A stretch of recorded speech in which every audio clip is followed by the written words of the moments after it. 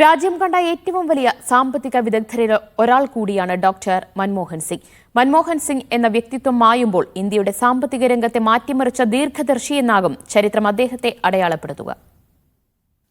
അധ്യാപകനായി തുടങ്ങി പ്രധാനമന്ത്രി പദം വരെ എത്തിയ മൻമോഹൻ സിംഗിന്റെ ജീവിതം മറയുമ്പോൾ എണ്ണിയാലൊടുങ്ങാത്ത സംഭാവനകളാണ് അദ്ദേഹം രാജ്യത്തിന് നൽകിയത്. 1991 ധനകാര്യമന്ത്രിയായിരിക്കെയാണ് ഇന്ത്യയിലെ സാമ്പത്തിക ഉദാരവത്കരണത്തിന് ശില്പിയെന്ന തലക്കെട്ട് മൻമോഹൻ സിംഗിന് ലഭിച്ചത്.